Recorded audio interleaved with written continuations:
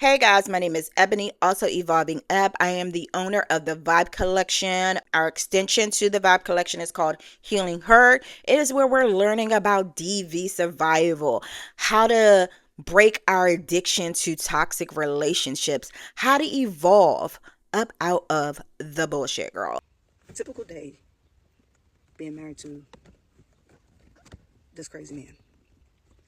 So the reason I'm making these videos, so I'm going to be very transparent about the stupid shit that I go through. So I am currently at perimenopausal. I'm at that point in my life, okay? And he has me so stressed out physically and emotionally that I don't want to engage in sex. I don't have a need for it. I thought my shit was broken. That's how fucked up my mind is.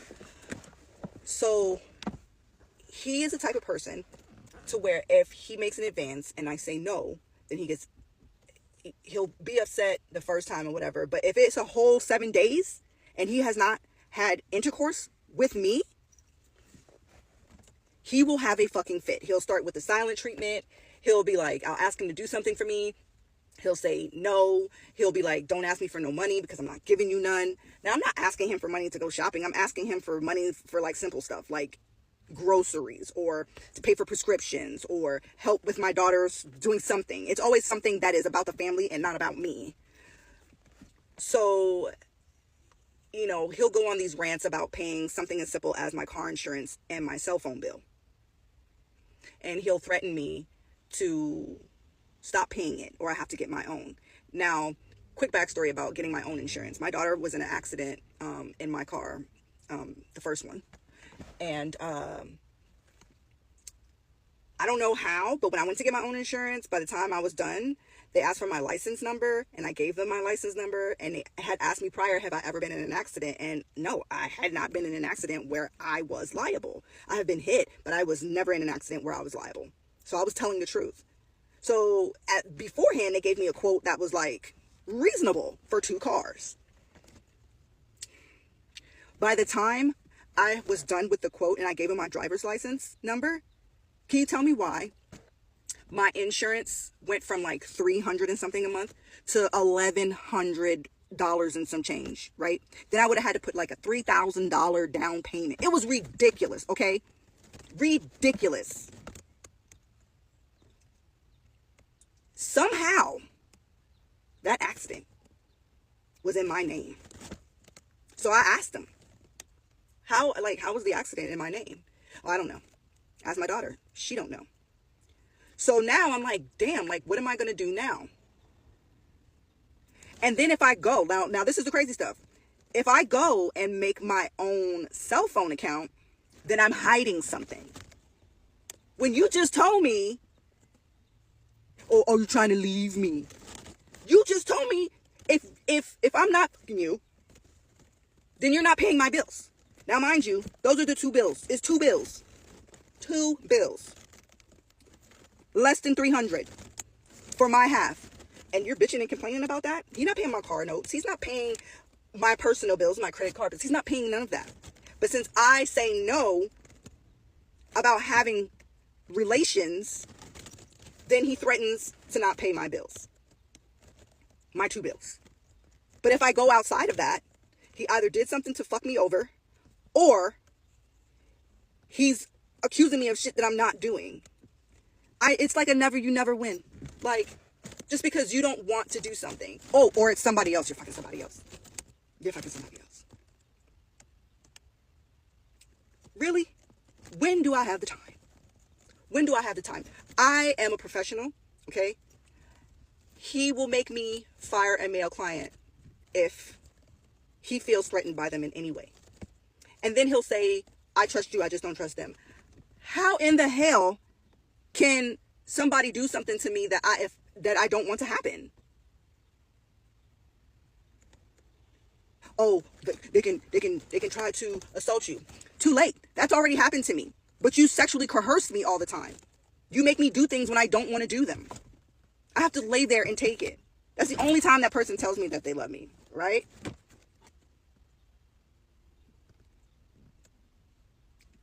I don't know how I got here. I am an idiot. Okay? Like, this shit is so funny to me now. I'm way past crying. Like, it's been a mourn. I've been mourning for 17 years. Like, I like, this shit is crazy. And everybody looks, oh, he's such a great guy. He's such a nice guy. The only person that knows he's full of shit is my mama. My mama been telling me he's full of shit since the beginning. And only thing I was really trying to do was trying to make sure that my daughter had something that I never did. And I was a household with both parents. And now that I'm older, I realized how traumatic that was. And now that my older children are gone, she's in the house with us and she sees how things really are. And I think that she has a lack of respect for me for it. Like, she just be like, what are you doing? You know what I'm saying? It's crazy when your kid is telling you, like, it's okay if you leave. Like, it's fine. Like, I'll be okay. Like, it's cool. Like, go ahead. Like, she's giving me permission to leave. To the point where she's like, Mom, I don't, like, you like it, I love it. It is what it is. But you ain't got to stay. Ain't that crazy? Today, I wanted to talk about why you felt the obligation to have sex when you did not want to, girl. Because a lot of times, we don't really know how to process that, especially when we're in a relationship. We've done it before, but things aren't really going great, and I'm not really feeling that vibe with him right now, but you have this sense of obligation. And then the coercion starts, and we don't know how to reconcile it because coercion is not talked about enough. Let me tell you, I commented on a post about Cassie. Baby, they ate me up. Y'all already know. They ate me up. I said what I said, though. I said what I said. And this is why I'm going to keep talking about this particular topic, because I feel like the girls need to know. I had to have a conversation with someone very close to me in regards to the same topic because they weren't able to process it. And that's when I said, I definitely need to talk about this more. And since you guys loved the last video in regards to this topic, we're going to get into it some more. I keep trying for you.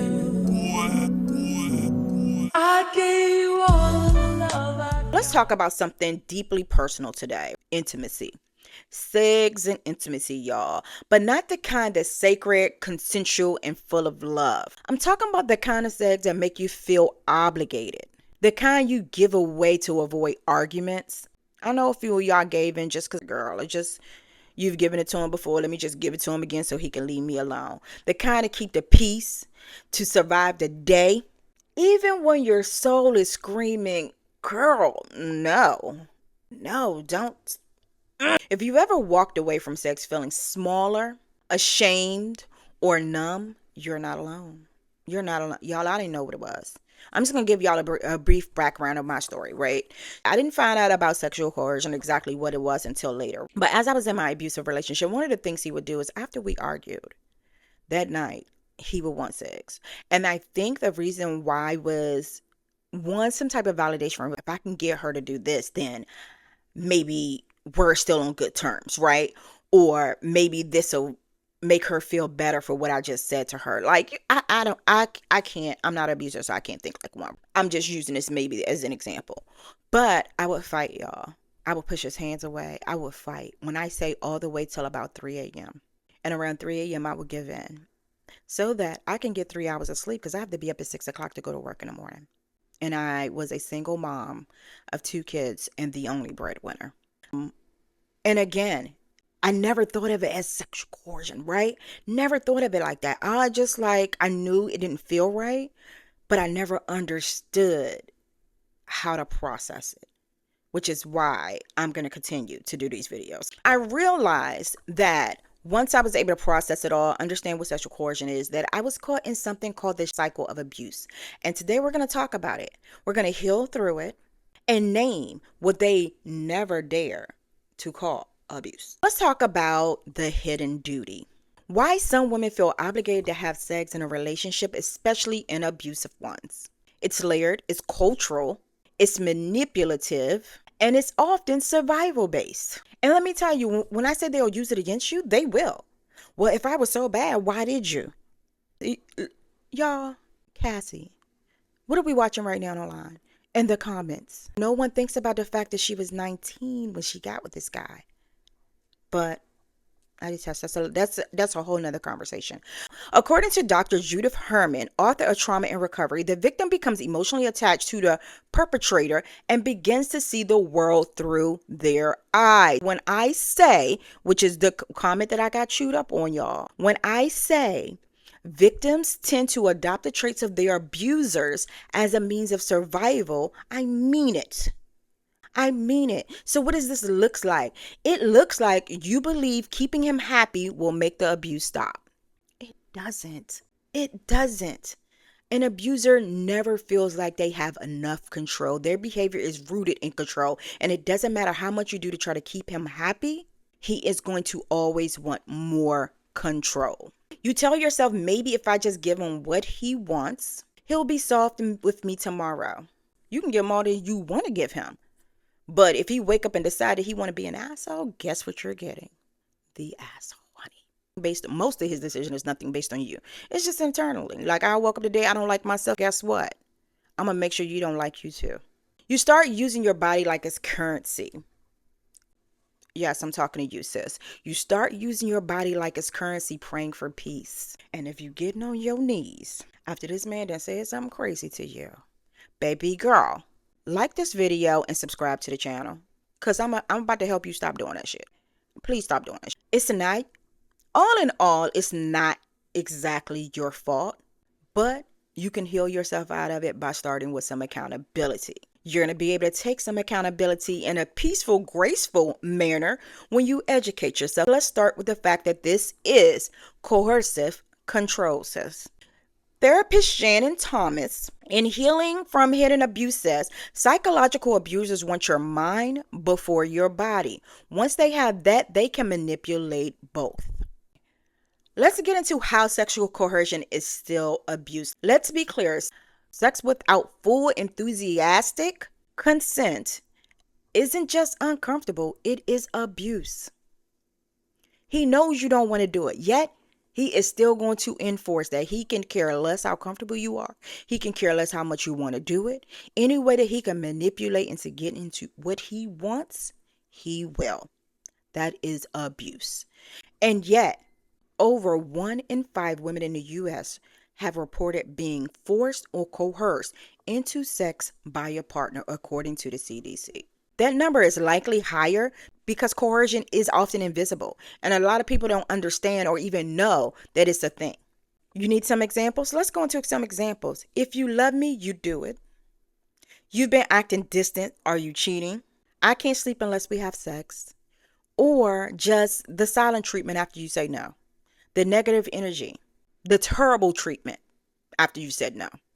If you notice you're in survival mode when you're saying sex, is often about avoiding punishment. It's about staying safe, not feeling desired, and that's the problem. Because who correlated sex to that? All right, let's get into the aftermath of the shame, right? Let's talk about the silent showers, the tears you wipe before he wakes up, the heaviness in your chest that no one sees. You wonder, why did I say yes when I meant no? Why did I do this when I knew it wasn't going to feel good to me? Why didn't I fight harder? Was it even really abuse? Dr. Jessica Taylor, author of Why Women Are Blamed for Everything, says survivors are often more ashamed of the sex they consented to under pressure than the violence they could have stopped. Again, it's something that's often not talked about. We don't talk about it because how do I say I was coerced by my boyfriend or my baby daddy or my husband to have sex when it's like society will make it feel like that's a duty of yours. No one cares whether you felt like it that day or why you didn't feel like it that day. Let's be honest. No one wants to think about why you didn't feel like it, why you didn't want to. It's part of your duty as a girlfriend, a wife, a baby mama. That is a fucking lie. Because as much as it's my duty as a wife, a baby mama, or a girlfriend, it's off the backs of his duty to provide and protect. And so how do we break free from this shame cycle? Number one, we're going to name it. Using words such as sexual coercion, survival sex, trauma response. I don't know if this video is going to get flagged at this point, but let's keep it going. Number two, we're going to learn to reconnect with our bodies. We're going to start asking, what do I want? What feels good to me? Not him, you. Next, you're going to reflect with compassion, right? Always give yourself grace in this journey, honey. Your journey is not going to be the same as anybody else's. No one's experience is the same. Wow, our stories can overlap because textbook is textbook when it comes to abusers. Our experiences are very different. Our childhoods are very different. We're very different people. We handle abuse very differently. You know what I'm saying? Your journey in healing is going to be different as well. Give yourself grace. So as you reflect with compassion. You want to do journal prompts. What does safe intimacy look like to me? You got a pen? You need a pen and paper first? Get your pen and paper, sis. Back to it. Journal prompts. What does safe intimacy look like to me? When have I said yes when I meant to say no? And why? Be sure to include the why. Last but not least, what would it look like to reclaim my sensuality on my terms, on your terms? For me, it was celibacy, y'all. I ain't gonna hold y'all. I'm 5 years in, girl. I only wanted to go 2, but universe was like, joke's on you. Which one of these men you about to give it to?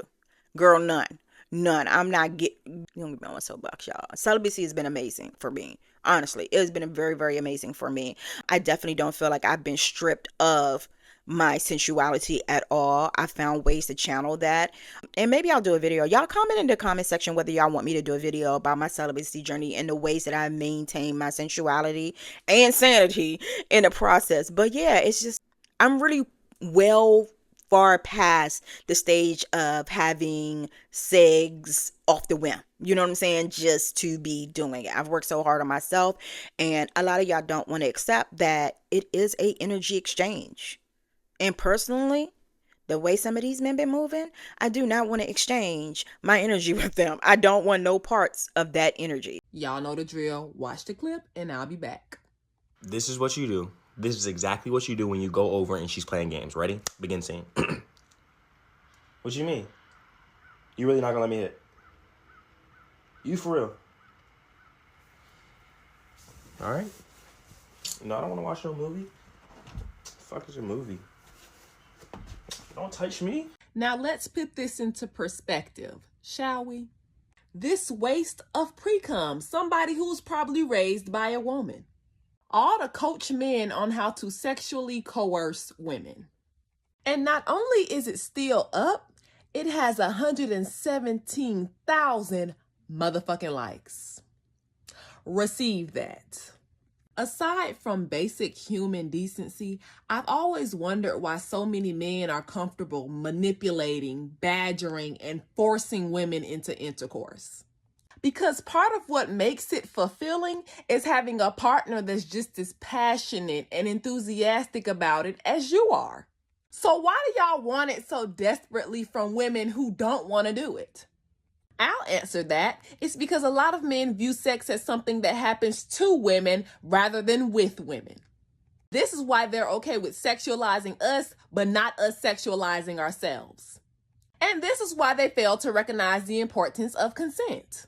To these predators, intercourse is something that's just for their pleasure. Women are just the bodies on which they facilitate that pleasure. So who gives a fuck if we actually want to or not? And I don't want to hear how the skit was a joke or what's wrong, he was just trying to leave. He's making it clear that the only reason he was trying to leave is to guilt her into fucking him. And it's the year of 2020 motherfucking 2. We should not have to keep explaining to you ashy dick ne'er-do-wells that anything less than an immediate yes is a no.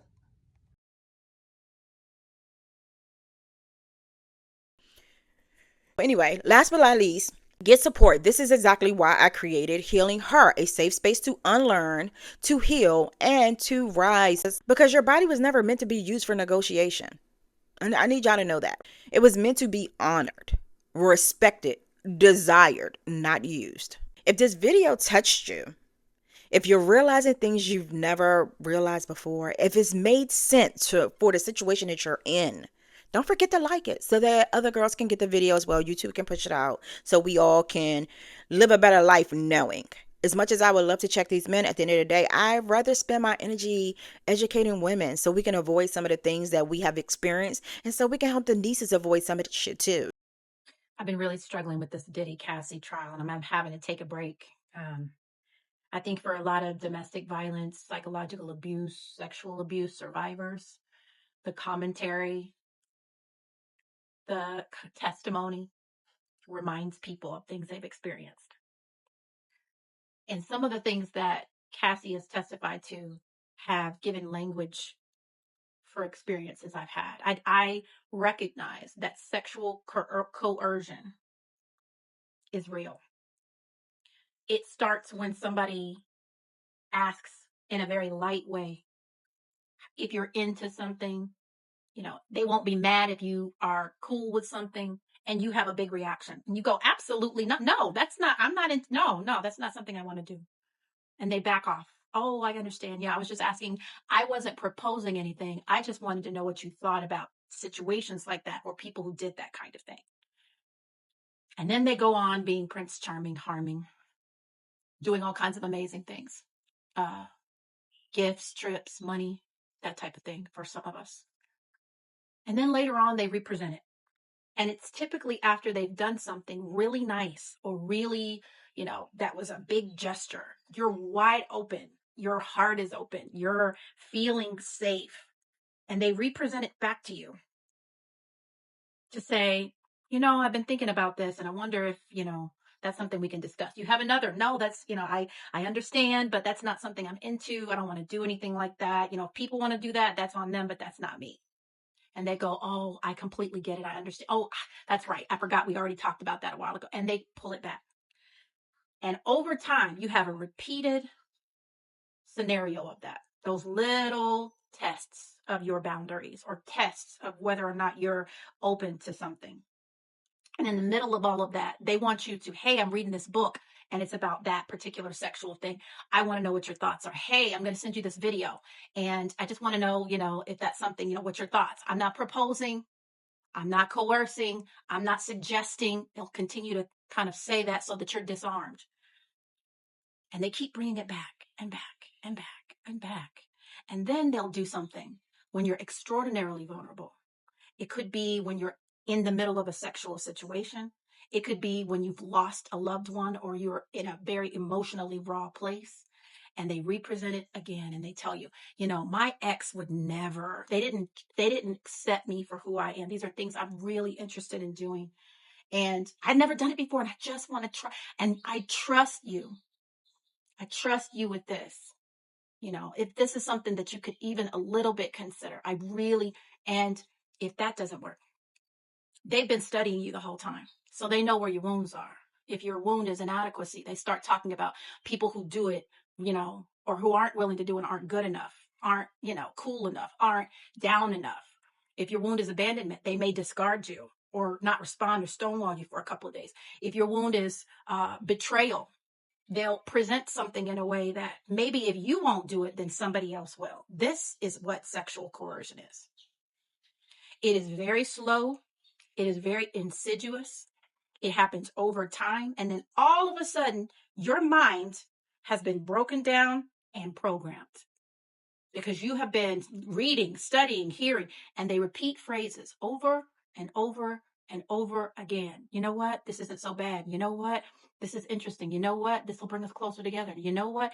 That is what we're talking about. We're not talking about a person or people who don't have morals.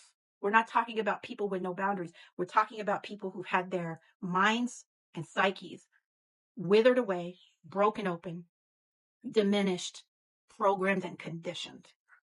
This is why this conversation is so unearthing for so many people who've experienced this kind of thing. Because after you've done it, they'll come back and say, even that wasn't good enough. They'll come back and say, well, you did it, but you didn't really want to do it. And I really think you should do this thing and do it away from me. So it's like, you can get used to it and more comfortable because you were like really hesitant. It was like you were scared. Nothing. They're constantly moving the goalpost. They're constantly trying to create a scenario where you're having to perform on a monkey wheel, on a hamster wheel, and you are traumatized. That's what Cassie is talking about. If you have experienced sexual coercion and then been shamed and blamed and said it was your idea or your fault, send me a DM. Let's start working on supporting your recovery. You're going to probably need a licensed mental health professional as well. But this is real, folks, and it's not right. I just want you to know you're not crazy. You're not damaged. You are healing. And until next time, love yourself, protect your energy, and deal with life's bullshit with grace and gratitude, girl. Love ya. I keep trying for you. I gave